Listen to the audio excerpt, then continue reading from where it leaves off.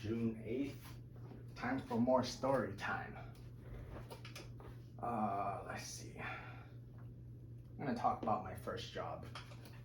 So, when I was a sophomore in high school, I think that makes you 15 or 15. No, I was a junior. When I was a junior in high school, I was 16, and my first job was at this law office where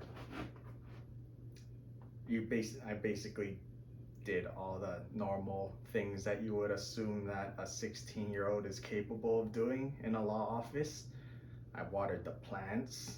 I made these folders, like you get manila folders and you put the prongs in it, and then you put one of this sheet, and you build a stack, and then you put it on, and then you put like a label on the front of the folder. So I guess those folders were to give to the lawyers to like write about their new clients or whatever, like fill out this blank form and all that. So that was a big portion of my job. And I remember I used to always get forced to take lunch, even though I didn't want to. I always was like, I'm not hungry. I don't need a break. I don't need anything. I just want to keep working. And yeah, they forced me to take a break. And I was so bored on my breaks. I would go take my 1 hour lunch. I would go eat in 10 minutes, and then I would come back, and then they'd be like, no, you have to you have to take a whole break. And yeah, I didn't like taking breaks, but they forced me to anyways. Another big part of my job was to shred paper, a lot of paper. They had like the industrial size paper shredder where you could put in a stack of like, I think 25 was how much you could shred at once, and then you put a big garbage bag on the bottom. Oh, actually there was a trash can in there, and then you would have a garbage bag on the side. Every time it filled up, you pull it out and you dump it into the big one, like the big black ones. And I was probably working there for like 1 or 2, maybe 2 or 3 months. And I remember like I used to have to take the bus for 2 hours to get there and then get back, and then I was getting paid minimum wage, and it was very sad. Taking 4 hours because I had to take two buses to get there and back. So that's 4 hours of transportation to work for 8 hours at minimum wage. So I worked for 12 hours. I was out for 12 hours, and I got paid like $8.64. I think the minimum wage was like $7.25 or something like that. So I probably got paid like $60 before taxes, which would probably cut down to like 55 or something. So I was working for $55 a day. But anyways, the main reason I wanted to tell this story is because this is when I realized I never want to work at a desk job.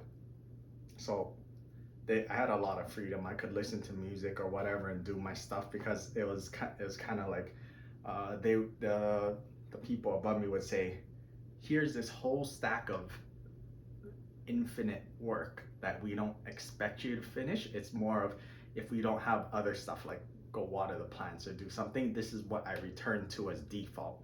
But then I always, even when I was like 16, I was like, I'm gonna do this as fast as I can and get it done and all that stuff.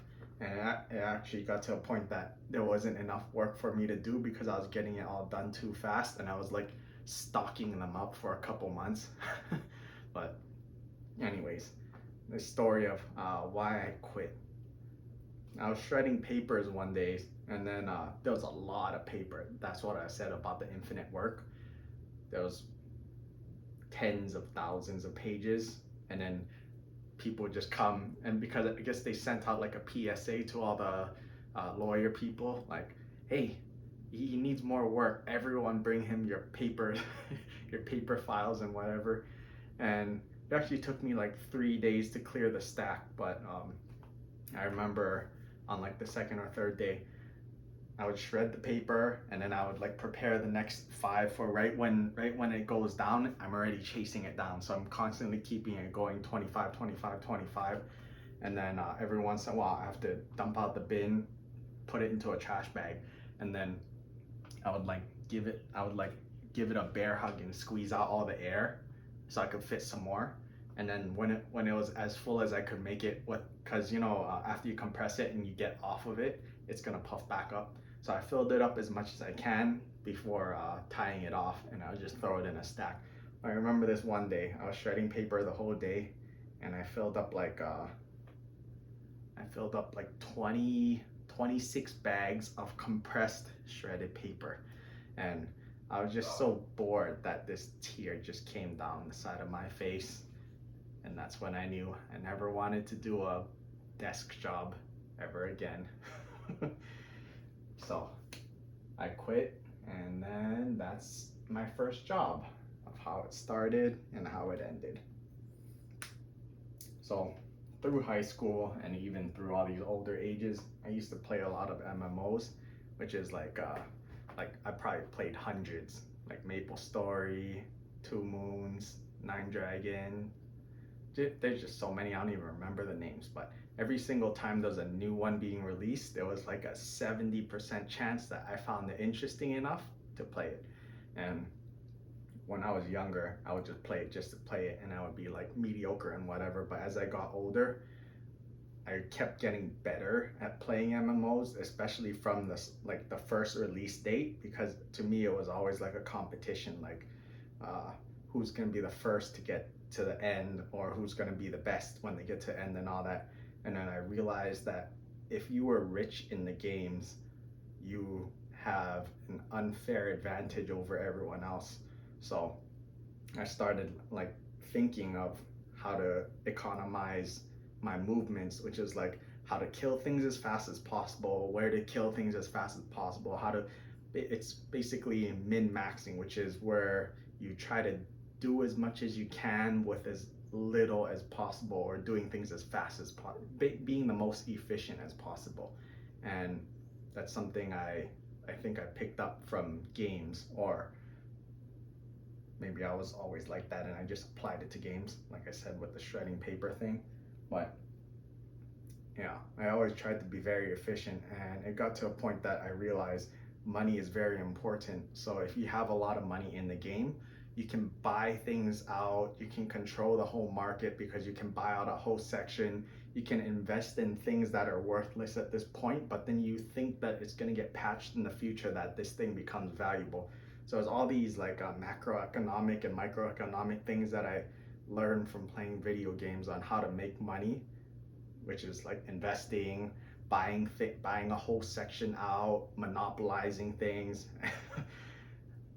But yeah, when I played games back then, it got to the point that this was the life cycle of me playing the game. It was play it as fast as possible from beginning to end, and then just play the market until I had a decent amount of money, and then I would switch my style of how I made money to be more market making. Like in stocks, you monopolize the whole market, and you force, because you bought up all the supply in this item, this one becomes more valuable or less valuable, and then you do things like that. When you have an excessive amount of money, you have a lot more control over how the whole thing functions.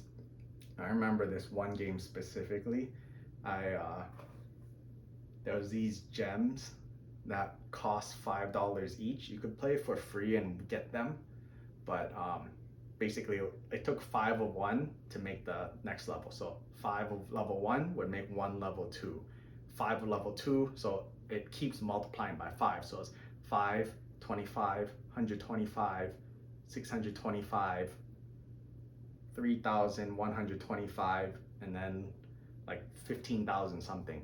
And I remember, because I was the richest person on that server, and then the reason there was an infinite supply of these gems was because there was this like a gold selling website. They would steal credit cards or whatever, and then they would just come and then they would just selling gem bags or whatever, and then for X amount of gold, And then I always bought that guy out, and I messaged him and I said, every time you have any to sell, just message me. I'll buy all of them. Make it easy for you. And I ended up buying more than 15,000 gems, and you could equip like 8 different slots of them. So like over 100,000 gems, with each one being, well, level 1 gems. The gem bags had level 3 gems in it, so they're already equivalent to like 125, 15, 525, 125. So one gem bag was 125. I remember I always bought all of them out before anyone else could get it, and then I'm assuming he went and he sold the gold to the to gold selling website. You sell it to players, but for the amount of, it's kind of like a cycle. I gave gold to him, he sold gold to the normal players. The normal players would buy my gems. So it just kept going in a circle, and I would buy it for less than I sold it. So I would just infinitely keep making more money. And yeah, it got to the point that I was so strong, you would have like 50 people trying to kill me just because they knew how hard it was to kill me. And I would just like turn around, shoot something backwards, and keep running, and then you just see like an area of people die. That was a fun game, but that happened to a lot of games.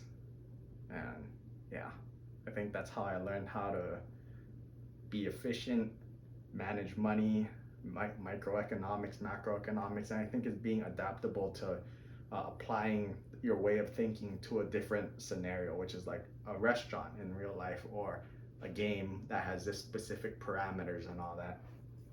So I think that's about 10 minutes. I only did 2 stories, but I think those are interesting.